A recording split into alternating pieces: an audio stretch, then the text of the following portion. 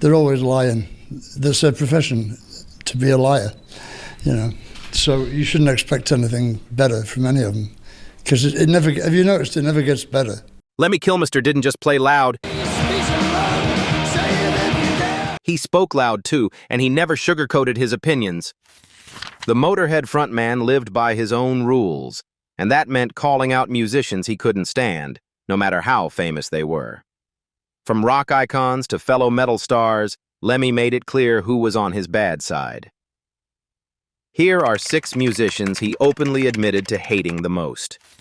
Marilyn Manson Lemmy Kilmister, the indomitable frontman of Motorhead, was a man whose standards for rock music were uncompromising. He lived and breathed the ethos of raw, unfiltered rock and roll, loud guitars, pounding drums, and a sense of authenticity that could not be faked. Over decades, Lemmy had seen countless musicians come and go, many riding trends or crafting images to sell records. Among those who never earned his respect was Marilyn Manson, the shock rock icon whose career thrived on theatrics, grotesque imagery, and public provocation.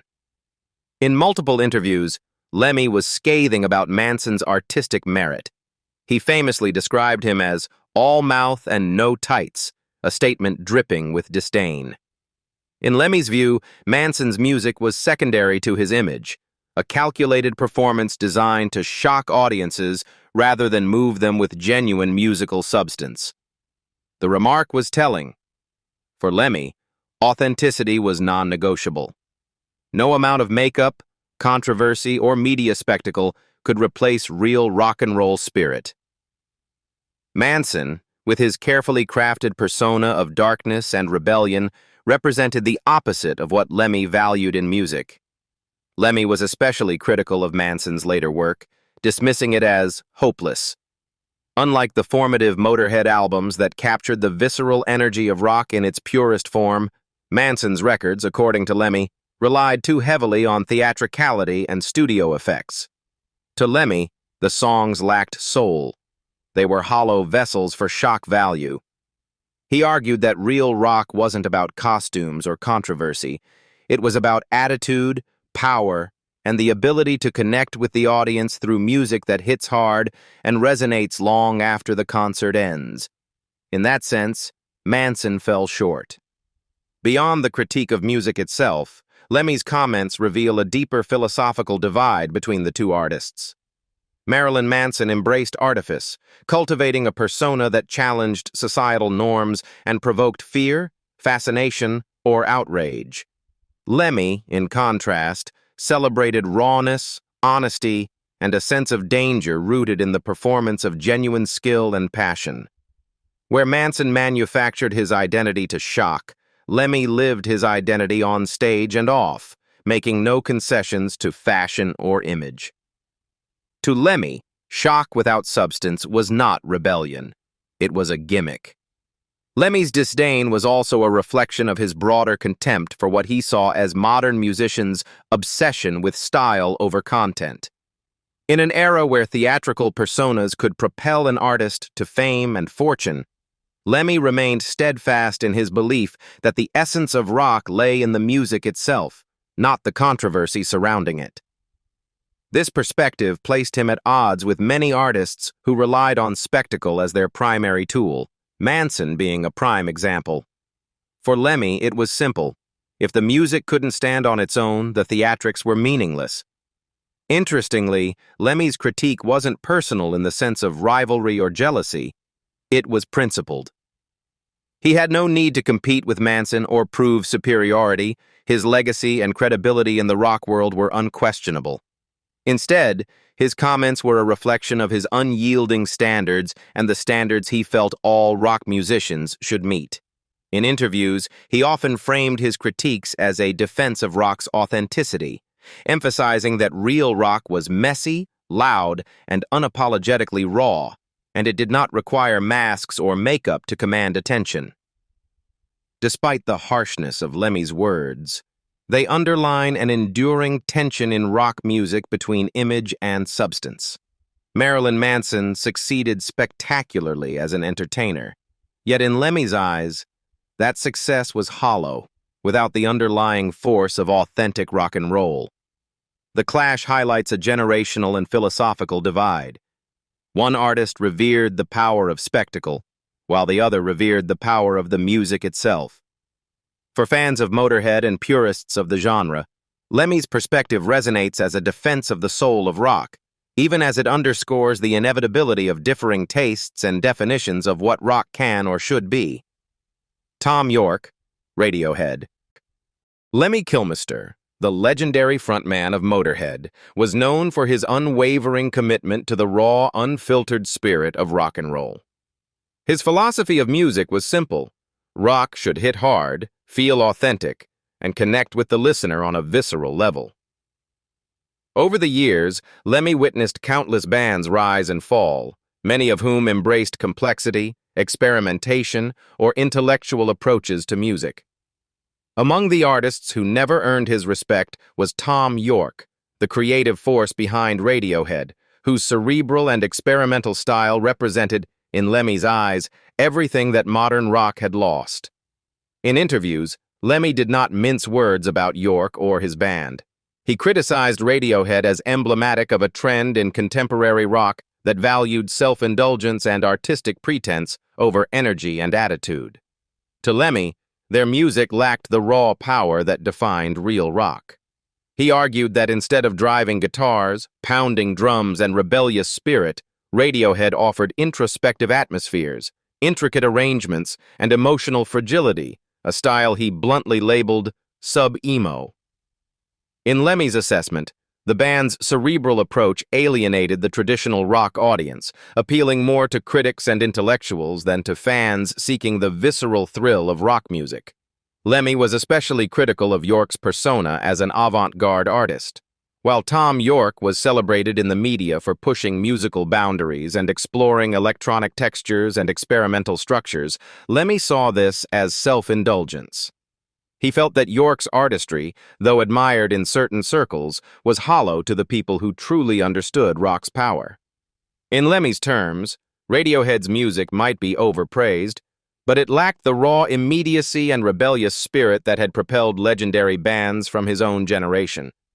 The emphasis on mood, melancholy, and introspection, while technically impressive, was, to Lemmy, a poor substitute for the adrenaline and attitude that define rock and roll.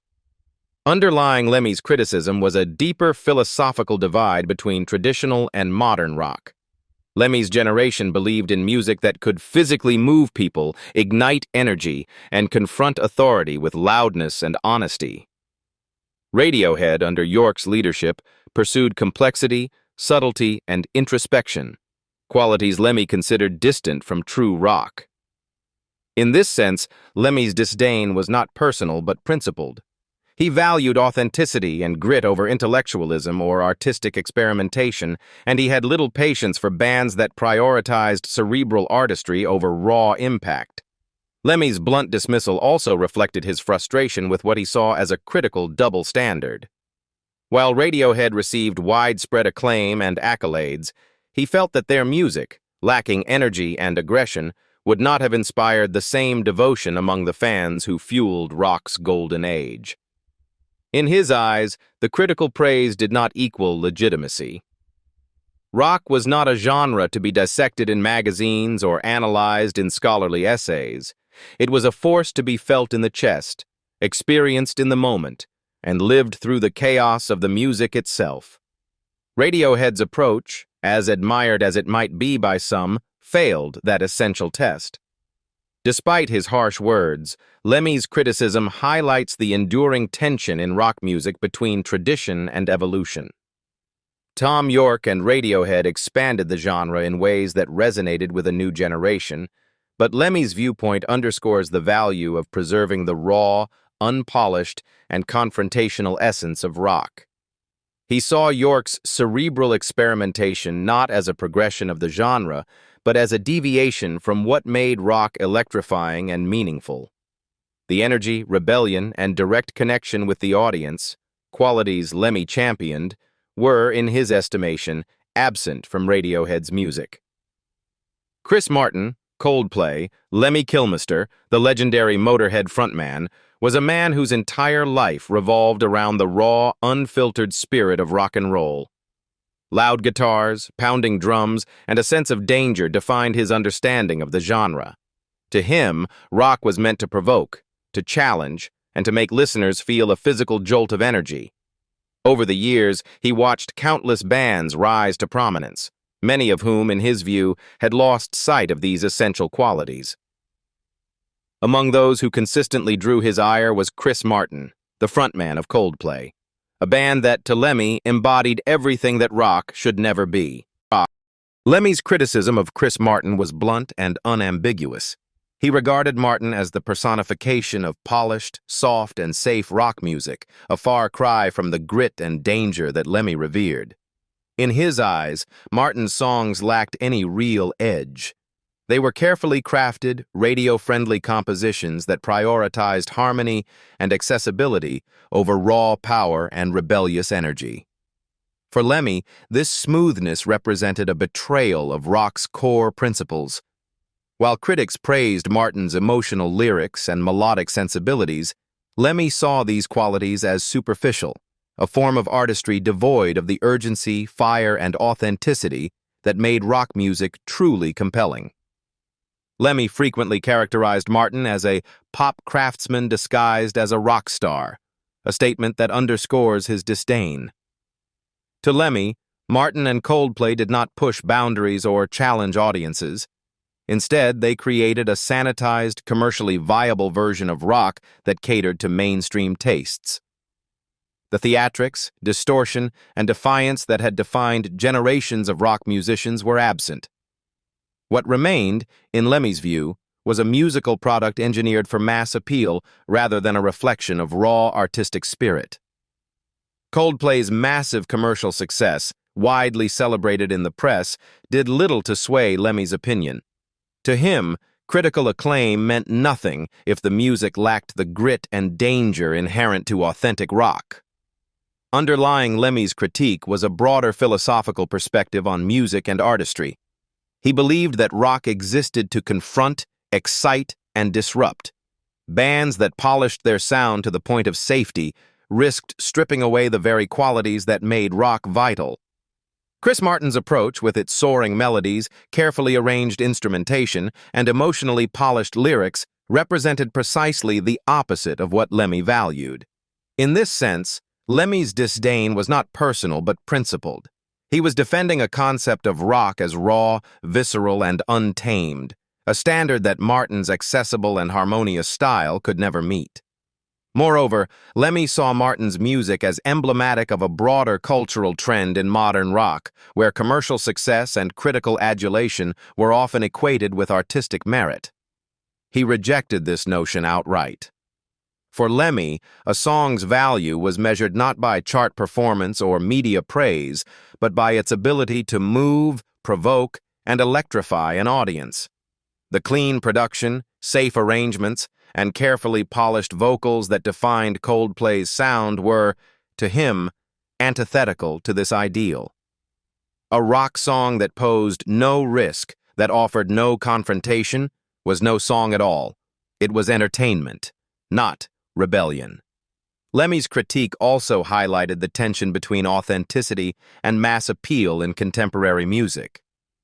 While Chris Martin connected with millions of fans worldwide, Lemmy remained unimpressed because Martin's music lacked the fire and defiance that characterized the rock heroes of Lemmy's era.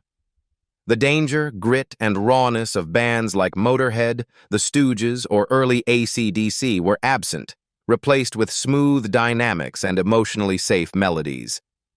This contrast, in Lemmy's eyes, marked a fundamental shift away from rock's roots and toward a watered-down, palatable version that critics hailed but purists like him loathed. Joe Strummer, The Clash, Lemmy Kilmister, the legendary frontman of Motorhead, had an unmistakable philosophy about what rock and roll should be: loud, raw, immediate, and fueled by energy that hit the listener in the chest. Across decades, he admired bands that captured this spirit, even if their style was unconventional. Punk, with its stripped-down aggression and DIY ethos, largely earned his respect. Bands like the Ramones epitomized the no-frills, high-octane energy Lemmy revered, and he often praised them for sticking to pure rock fundamentals. Yet, even within a genre he admired, Lemmy had his exceptions, and Joe Strummer of The Clash was chief among them. Despite the widespread acclaim The Clash received, Lemmy admitted that he never had time for The Clash. While many hailed Strummer as a political visionary who used punk as a platform for social commentary, Lemmy remained unimpressed. He viewed Strummer's approach as overly cerebral, too wrapped up in ideology and activism to be truly rock and roll. For Lemmy, music's primary function was to energize and move people, not to deliver a lecture or convey a political manifesto. Strummer's political songwriting, no matter how passionately executed, fell short in Lemmy's eyes because it distracted from the visceral power that defined authentic rock. Lemmy's perspective highlights a philosophical divide between rock as pure energy and music as message. The Clash were lauded for blending punk aggression with social consciousness, crafting songs that commented on class struggle, inequality, and political unrest. Yet Lemmy dismissed these accomplishments as secondary to what mattered most: the rawness and immediacy of the performance itself. Unlike the Ramones, who stripped their songs down to short, punchy bursts of aggression, The Clash, to Lemmy, seemed preoccupied with making statements rather than delivering the kind of primal rock experience that hit listeners directly. In his assessment, Strummer's ideological focus diluted the power and authenticity of the music. Lemmy respected musicians who lived and breathed rock in a way that translated directly to the stage and the record. He admired performers whose intensity and energy were palpable and immediate. Strummer, despite his charisma and lyrical skill, did not consistently deliver that level of raw energy in Lemmy's eyes. His focus on political messaging and conceptual themes suggested a level of planning and intellectualism that Lemmy found incompatible with the chaotic, instinct-driven spirit of true rock and roll. To Lemmy, Strummer's dedication to ideology came at the expense of grit, rebellion, and the kind of unpolished aggression that defines legendary rock performances. It's worth noting that Lemmy's dismissal of Strummer was not a blanket rejection of punk itself. He maintained deep respect for the Ramones and other acts that exemplified punk's raw core. The difference lay in intention and execution. Punk could be stripped down, aggressive, and authentic, or it could be harnessed to deliver messages that, however noble, sapped the music of its visceral punch. Strummer, to Lemmy, fell into the latter category. While politically engaged and lyrically clever, he was, in Lemmy's terms, too preoccupied with the message to embody the full essence of rock. Little Richard Lemmy Kilmister, the legendary frontman of Motorhead, had little patience for pretension or anything that diluted the raw power and excitement of rock and roll. He revered music that shocked, thrilled, and carried the unfiltered energy of rebellion. For him, rock was about guitars that cut like knives, drums that pounded like a heartbeat, and performers who lived the music as intensely on stage as they did off it. Few icons of early rock and roll commanded as much respect in Lemmy's formative years as Little Richard. A pioneer of the genre, Little Richard had electrified audiences in the 1950s with his flamboyant performances, wild piano playing, and explosive energy. In Lemmy's youth, Richard's style represented the very essence of rock and roll's unrestrained spirit. However, when Lemmy attended a Little Richard concert in the 1990s, the experience left him profoundly disappointed. In an interview with punknews.org, he recounted the event with blunt honesty. He started handing out Bibles and talking about the children, Jesus this and that. It was a disappointment. This statement encapsulates Lemmy's frustration not with the man himself, but with the transformation of his art. Little Richard, once the embodiment of audacious rock energy, had shifted his focus toward religious messaging and moral guidance, prioritizing sermon over showmanship. To Lemmy, this change was more than just a stylistic departure. It was a loss of authenticity and the raw excitement that had originally made Little Richard legendary. Lemmy's disapproval was striking precisely because he singled out Little Richard by name. He did not generalize or offer vague critiques of contemporary rock or performers. He spoke directly about an artist he had once admired, underscoring how seriously he took the integrity of musical expression. For Lemmy, the essence of rock wasn't about preaching or moral instruction. It was about energy, attitude, and a sense of danger that could electrify audiences. Little Richard's shift toward overt religiosity, however sincere it might have been personally, represented a departure from what Lemmy considered the core of rock and roll. In Lemmy's eyes, this wasn't evolution.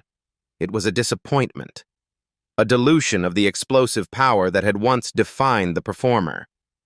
This critique also highlights Lemmy's broader approach to judging musicians. He valued consistency and authenticity above all else. An artist could experiment, grow, or even mature in style. But if that growth diminished the raw energy and attitude that had earned them respect, Lemmy did not hesitate to voice his disapproval. In singling out Little Richard, he acknowledged both the artist's historical importance and the perceived shortcomings of the present performance.